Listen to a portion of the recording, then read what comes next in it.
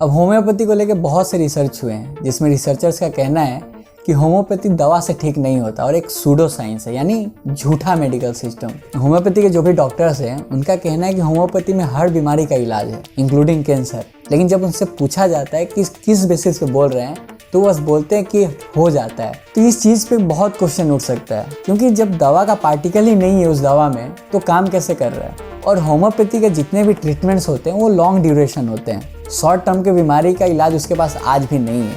अगर आपको कोई हार्ट अटैक आ जाता है तो उसमें होम्योपैथी काम नहीं आएगा। और जो लोग MBBS के लिए अच्छे मार्क्स नहीं ला पाते या फिर MBBS डिग्री करने नहीं मिलता है तो वो होम्योपैथी में इनरोल कर लेते हैं। आपका क्लिनिक नहीं है ये? गुड क्वेश्चन बेटे, गुड क्वेश्चन। 1 paracetamol homeopathy. मैंने कुछ बोला देख रहे हो कितने हरामी लोग आए हैं।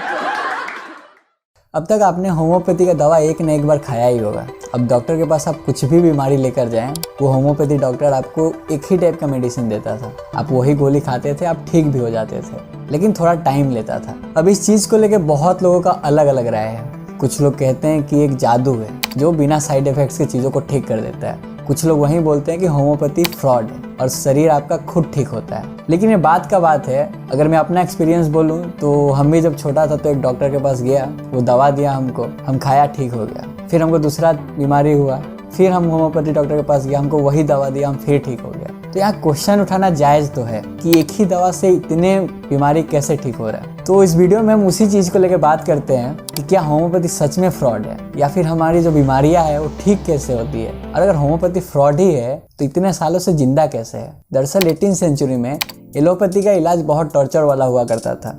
एलोपैथी वही मेडिसिन सिस्टम है जो आज के टाइम में हम सबसे ज़्यादा ट्रस्ट करते हैं। सपोज हमको बुखार हुआ, हम डॉक्टर के पास गया, डॉक्टर हमको एक फीवर का दवा दिया, हम खाया, ठीक हो गया। ये है एलोपैथी मेडिसिन सिस्टम, जो मॉडर्न मेडिसिन सिस्टम बोलते हैं या फिर वेस्टर्न मेडिसिन भी बोलते हैं। तो उस टाइम में कोई भी बीमारी होता था तो ब्लड लेटिंग का सहारा लिया जाता था।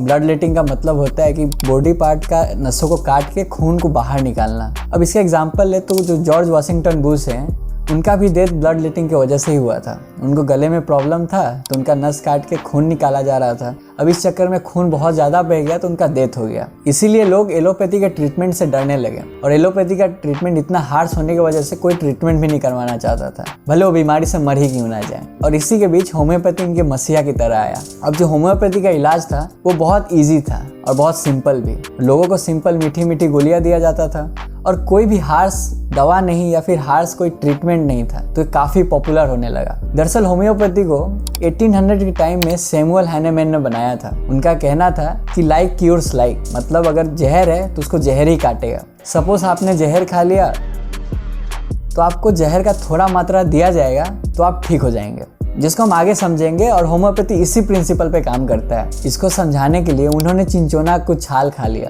अब चिंचोना के छाल में क्विनाइन मिलता है जो कि मलेरिया के ट्रीटमेंट में यूज होता है। अब क्विनाइन के ओवरडोज से उनको मलेरिया जैसा ही सिम्टम्स हुआ, उनको बुखार हुआ, उनको जोरों में दर्द होने लगे। इससे उन्होंने ये अंदाजा लगाया कि अगर बॉडी में कोई भी बीमारी है और कुछ भी सिम्टम्स दिखा रहा है तो उसी सिम्टम्स को यूज करके हम उस बीमारी को ठीक कर सकते हैं। सपोज आपको बुखार है तो हम आपको बाहर से कुछ ऐसा दे कि आपको बुखार जैसा ही सिम्टम्स क्रिएट करके आपका बीमारी को ठीक कर दे। इसलिए होम्योपैथी का सिद्धांत लाइक योर्स लाइक बन गया और होम्योपैथी मेडिसिन सिस्टम बिलीफ और प्रैक्टिस पे बेस्ड है। अब होम्योपैथी को लेकर बहुत से रिसर्च हुए हैं जिसमें रिसर्चर्स का कहना है कि होम्योपैथी दवा से ठीक नहीं होता और एक सूडो साइंस है, यानी झूठा मेडिकल सिस्टम। इतना बड़ा एलिगेशन वो लोग लगाकर और एविडेंस भी दे रहे हैं। उनका कहना है कि होम्योपैथी में प्लेसिबो इफेक्ट काम करता है। प्लेसिबो इफेक्ट का मतलब होता है कि एक आश्वासन लेकर चीज़ों को खुद से खुद ठीक हो जाना। अगर हम इसे एग्जांपल से समझे तो सपोज आपको सर दर्द है, आप डॉक्टर के पास जाते हैं, डॉक्टर आपको एक दवा देता है, आप वो खाते हैं, आपको ठीक हो जाता है, लेकिन वो दवा में कुछ नहीं होता। तो आप बिना दवा खाए ठीक कैसे हो गए? तो आप जो दवा खा रहे थे, भले वो दवा नहीं था, लेकिन आपने दिमाग को एक सिग्नल दिया कि आप दवा खा रहे हैं। तो दिमाग ऐसा केमिकल क्रिएट करता है कि आप जिस चीज़ से सफ़र कर रहे हो तो उसे वो ठीक करने में मदद करता है। इसी को हम प्लेसेबो इफेक्ट कहते हैं। और यही चीज़ डिप्रेशन के मरीजों के साथ किया जाता है और उनको ऐसे ही ठीक किया जाता है। और ऐसा ही चीज़ एक वर्ल्ड वॉर के टाइम हुआ था। क्या हुआ था कि सोल्जर्स बहुत ज़्यादा इंजर्ड थे, अब उनको मॉर्फिन चाहिए था, लेकिन मॉर्फिन की बहुत कमी थी। तो डॉक्टर बस इंजेक्शन में पानी भरकर सोल्जर्स को दे रहे थे, लेकिन उनमें मॉर्फिन का एक कण भी नहीं था। फिर भी 40% सोल्जर्स ने ये कहा कि वो ठीक हैं। उनको दर्द कम हो रहा है। तो ये एक बहुत बड़ा एग्जाम्पल है प्लेसेबो इफेक्ट का, कि जब आपको आश्वासन दे दिया जाता है कि आपका चीज़ें ठीक हो जाएगा तो आप मान लेते हैं कि वो चीज़ें ठीक होगा। रिसर्चर्स ने ये भी बोला कि जो होम्योपैथी का ट्रीटमेंट का साइकिल होता है वो काफ़ी लंबा होता है, 3 महीने का, 6 महीने का, या साल भर, 2 साल, और इतने टाइम में बॉडी खुद अपने आप हील हो जाता है। और आप भी जब होम्योपैथी के डॉक्टर के पास जाते होंगे तो टाइम बहुत ज़्यादा लगता है उसको ठीक होने में। और रिसर्चर ने ये बोला कि बॉडी अपने आप हील हो जाता है, तो इसमें होम्योपैथी कोई भी रोल नहीं निभाता। रिसर्चर्स का ये भी कहना था कि जो होम्योपैथी के डॉक्टर होते हैं वो पेशेंट का काफ़ी अच्छा से रूटीन देखते हैं, काफ़ी ज़्यादा एनालाइज करते हैं कि उनको क्या बीमारी था, कैसे हुआ, अब क्या बीमारी से सफ़र कर रहे हैं, और किस चीज़ से एलर्जी है, किस चीज़ से नहीं, और उनको एक स्ट्रिक्ट रूटीन बताते हैं ताकि वो अच्छे से उस चीज़ को फॉलो करें और उस बीमारी को ठीक किया जाए। और काफ़ी लंबा समय इसमें लग जाता है। अब अच्छा लाइफस्टाइल और स्ट्रिक्ट रूटीन होने की वजह से अगर यही चीज़ काफ़ी लंबे समय तक हो रहा होता है तो बॉडी खुद को ही हील कर लेता है। तो इसमें जो होम्योपैथी का दवा है कुछ काम ही नहीं करता है, इसीलिए ये सूडो साइंस है और फ्रॉड है। होम्योपैथी पे ये भी एलिगेशन लगता है कि होम्योपैथी के पास हर चीज़ का इलाज है। आप सर में दर्द लेके जाओ तो वही दवा, पाँव में दर्द लेके जाओ तो वही दवा, हाथ में दर्द लेके जाओ तो वही दवा, आपका दिल भी टूटा हो तो वही दवा। एक ही दवा से वो हर बीमारी ठीक कर देते हैं। और होम्योपैथी ट्रीटमेंट के टाइम आप क्या दवा खा रहे हैं आपको ही पता नहीं होता है। सीधा डॉक्टर ही आपको मेडिसिन देता है, क्या केमिकल है क्या नहीं है आपको कुछ नहीं पता, और वो दवा कहीं नहीं मिलता, बस उस डॉक्टर के पास ही मिलता है। तो ये भी एक क्वेश्चन उठाने वाला बात है कि जब तक पेशेंट को पता ही नहीं कि वो क्या खा रहा है तो कैसे मान ले कि ठीक हो जाएगा वो। अब होम्योपैथी का जो भी दवा बनाने का तरीका है वो काफ़ी अजीब है, या फिर हम समझ ही नहीं पाएंगे। एक दवा कब काम करेगा? जब उस दवा में ज़्यादा मात्रा हो तब, या फिर उस दवा को तोड़ तोड़ के हम एकदम ना के बराबर कर दें तब। तो सिंपल आंसर है जब दवा ज़्यादा मात्रा में होगा तो ज़्यादा काम करेगा। इसका मतलब ये नहीं कि ओवरडोज का हम बात कर रहे हैं, हम बात कर रहे हैं कंसंट्रेशन का। लेकिन होम्योपैथी में एकदम अलग होता है। होम्योपैथी में जितना दवा डाइल्यूट हो उतना काम करता है। अब जब भी आप होम्योपैथी का दवा खाते होंगे तो उस दवा का ऊपर देखिएगा उसमें C करके लिखा होता है नंबर के आगे, जैसे 12C, 15C, 30C। अब ये डाइल्यूशन का पार्ट होता है, डाइल्यूशन का एक प्रोसेस बताता है आपको कि कितना वो दवा डाइल्यूट है। अब ये डाइल्यूशन क्या होता है? सपोज से कंसंट्रेटेड बोतल है दवा का, उससे हम एक बूंद उठाया और 10 बूंद पानी में मिला दिया, फिर उसमें से हम एक बूंद उठाया, फिर उसको हम 10 बूंद के पानी में मिला दिया। ऐसे ही करते करते हम धीरे धीरे बहुत डाइल्यूट कर दिया, और जो पहला होता है वो C होता है, फिर 2C, 3C, 4C इसी तरह से बोला जाता है। और ये जो दवा होता है होम्योपैथी का, इसको 60C तक ले जाया जा सकता है, जिसको हम 30X बोलते हैं। और मॉडर्न केमिस्ट्री के हिसाब से जो 30C का दवा होता है उसमें जो ओरिजिनल दवा होता है उसका एक भी मॉलिक्यूल नहीं रहता है। तो आप सिंपल पानी खा रहे हैं या पानी पी रहे हैं, क्योंकि जो एवोगाड्रो नंबर होता है वो भी 10⁻23 तक होता है, लेकिन ये जो 30C होता है वो उसमें 10⁻29 वाटर मॉलिक्यूल्स होते हैं। तो आप समझ सकते हैं कि आपको एक बूंद दवा खाने के लिए 30 से 40 हज़ार तक का वो दवा खाना पड़ेगा। तो इस चीज़ पे बहुत क्वेश्चन उठ सकता है, क्योंकि जब दवा का पार्टिकल ही नहीं है उस दवा में तो काम कैसे कर रहा है? और आपके मन में भी क्वेश्चन उठ ही रहा होगा। और होम्योपैथी इसका सिंपल एक्सप्लेनेशन देते हैं कि पानी को हर चीज़ याद रहता है। मतलब वो जितने बार दवा को तोड़ रहे हैं या फिर डाइल्यूट कर रहे हैं, उनका कहना है कि पानी उस दवा का प्रॉपर्टी को याद कर लेता है और वही आपको हील करता है। तो अगर पानी को सब कुछ याद रहता है तो एक दारू का बोतल है और उसको अच्छा खासा अमाउंट जब तक आप नहीं पिएंगे तब तक आपको नशा नहीं होगा, और इसी वजह से हर कोई रोज जाके एक बोतल खरीदता है। तो इस हिसाब से हम एक ही दारू का बोतल डेली लेकर आए, उसमें से एक बूंद निकाले और एक गिलास में घोल दें। अब क्योंकि दारू का प्रॉपर्टी उस पानी को याद हो गया है तो हमको उतना ही नशा होना चाहिए। रोज हम एक बूंद लाएं, फिर उसको पानी में घोलें और पी जाएं, और उतना ही नशा होना चाहिए। लेकिन ऐसा नहीं होता है। पानी को याद रहता है तो ये हो जाना चाहिए था। तो ये एक बड़ा क्वेश्चन उठता है। होम्योपैथी जर्म थ्योरी को नहीं मानता है। जर्म थ्योरी के हिसाब से इंसानों में कुछ बीमारियां होती है जो जर्म या फिर माइक्रो ऑर्गेनिज्म की वजह से होता है। होम्योपैथी के हिसाब से इंसान के जितने भी बीमारियां होती है वो उसके शरीर के अंदर से ही उत्पन्न होता है। और होम्योपैथी के प्रैक्टिशनर को ये सिखाया जाता है कि जो वैक्सीन है वो पॉइजनस होता है, और जो भी एंटीबायोटिक्स होता है वो एक तरह का फ्रॉड होता है या फिर खराब होता है बॉडी के लिए। अब बहुत लोग कहते हैं कि होम्योपैथी में लोग इसलिए घुस जाते हैं कि एक ईजी गेटवे है डॉक्टर बनने का, और जो लोग MBBS के लिए अच्छे मार्क्स नहीं ला पाते या फिर MBBS डिग्री करने नहीं मिलता है तो वो होम्योपैथी में एनरोल कर लेते हैं। डॉक्टर संतानु अभ्यंकर का भी कहना है कि जब उन्हें MBBS में एडमिशन नहीं मिला तो वो होम्योपैथ डॉक्टर बनने के लिए एडमिशन ले लिया, लेकिन जब वहाँ की पढ़ाई देखें और वहाँ पे जो भी पढ़ाया जाता था उसका कोई ठोस एविडेंस नहीं दिया जाता था, और इसीलिए वो उन्होंने होम्योपैथी को छोड़ दिया और फिर से MBBS की तैयारी करना शुरू कर दिया। I'm a doctor, an allopathic doctor, and I stand firmly in support of my science, namely allopathy. A few years ago, I was a homeopathic doctor. I went to homeopathic college because I could not get into allopathy with my scores. After I got into it, I soon realized that what they thought there was unscientific, pseudoscientific, and even anti-scientific. I got out of it, but then I was never comfortable calling myself a doctor. So I decided to study all over again, studied my 12th standard portion, got through the All India entrance exam, and here I am, a confirmed allopath for the past 25 years.